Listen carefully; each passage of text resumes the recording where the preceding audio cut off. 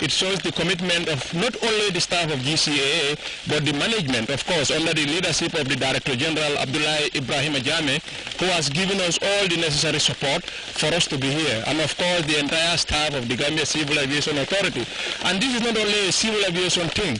We have allied agencies in the airport. We have the task force, we have concessionaires and tenants in the airport who have found the need to join us, to lend a hand to us as we support the president. We like saying support the president, but we are supporting ourselves, because whatever the president has in this farm goes back to Gambians. Fali Jame is an executive member of the staff of the Gambia Civil Aviation Authority. We are not only limited to the office work, but at the same time we can greatly contribute to the development of this country. This is a better example, and our president is our motivation. This is showing us that in a little run, we believe we might be food self-sufficient, because most of us might not have the opportunity to come to the farm or even see farms. But with this confidence bestowed on us and the president being our motivation, we are on the farm today, doing it practically, and we have a lot of confidence that this may be our own return. The second chairperson of the Staff Association, Elizabeth Baji Jata, stressed the importance of farming, noting that the proceeds derived from President Jammeh's farms are plowed back to Gambians, especially in the health and education sectors. Today we're supposed to be cooking at home, but we knew that this is important. We're not only doing it for the people of civil aviation, but we're doing it for the Gambia at large, for the whole nation at large. The farm manager Bakar Sane expressed gratitude to members of the Staff Association of GCAA for their support and commended the youth in their massive participation in farming this time around. For me, anytime I see young people, participating in farming activities, I feel good, because I believe they are the people who will take the leadership tomorrow. So anytime I see young people participating, definitely I feel very happy. The big man all along was thanking the women. But for this year, definitely, as far as I'm concerned, I'm seeing a big participation in terms of youth involvement in farming. So I want to appeal to them to continue doing it. We own the Gambia. Nobody will come here to help us develop. Gambia Civil Aviation Authority, GCAA, was created by an Act of Parliament in 1991 to regulate the air transport industry in the Gambia, provide air navigation services, as well as operate Banjul International Airport as a viable destination. The staff of this organization are cognizant of the fact that these three main services must not be compromised, but they felt the need to lend a hand in farming, believing that if every Gambian goes back to the land, solely in no far distant future, the country will be food self-sufficient. Buba SMCC, GRTS. From that story, we take our first break. Now the news continues momentarily.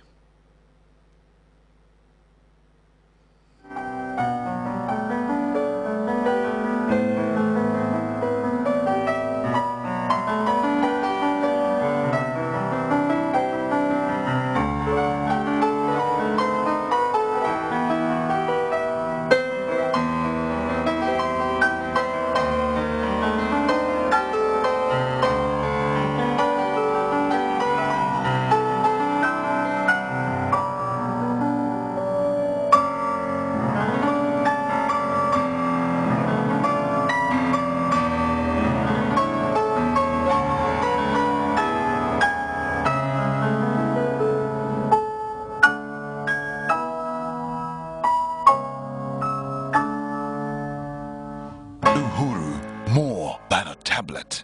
RLG, proudly yours.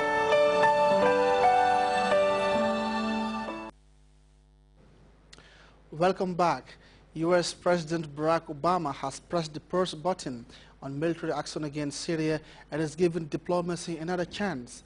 In a televised speech on Monday, the president announced that he has asked Congress to delay any vote on a military strike. It's now up to the U.S. Secretary of State John Kerry and his Russian counterpart to make Moscow's plan of disarming Syria of chemical weapons actually work. The White House is well aware of polls suggesting the American public is wary of war, and support for military action is lukewarm at best inside Congress. We have more in this report. Tuesday night, President Obama told Americans why his administration is certain Syrian President Bashar al-Assad's regime is responsible for a sarin gas attack the U.S. government says killed more than 1,400 civilians. In the days leading up to August 21st, we know that Assad's chemical weapons personnel prepared for an attack near an area where they mix sarin gas. They distributed gas masks to their troops. Then they fired rockets from a regime-controlled area into 11 neighborhoods that the regime has been trying to wipe clear of opposition forces. He made the case for a military response. This would be a targeted strike to achieve a clear objective. As some members of Congress have said, there's no point in simply doing a pinprick strike in Syria. Let me make something clear. The United States military doesn't do pinpricks. Even a limited strike will send a message to Assad that no other nation can deliver.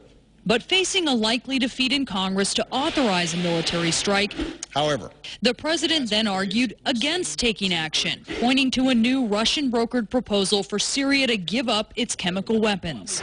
I have therefore asked the leaders of Congress to postpone a vote to authorize the use of force while we pursue this diplomatic path. It's an extraordinary turn of events. The policy of U.S. involvement in Syria's civil war began with one reportedly off-the-cuff remark President Obama made more than a year ago. A red line for us is we start seeing a whole bunch of chemical weapons moving around or being utilized. And it has unexpectedly turned on what appears to be another. Is there anything at this point that his government could do or offer that would stop an attack? Sure, he could turn over every single bit of his chemical weapons to the international community in the next week, but he isn't about to do it, and it can't be done, obviously. What one U.S. official initially called an off-message comment by Kerry. It bore the proposal from Russia that the president has yet to endorse. It's too early to tell whether this offer will succeed, and any agreement must verify that the Assad regime keeps its commitments. But this initiative has the potential to remove the threat of chemical weapons without the use of force, particularly because Russia is one of Assad's strongest allies. Now France has issued a statement saying that it remains ready to punish the use of chemical weapons by the Syrian regime. Paris is also drafting a resolution to present to the UN Security Council.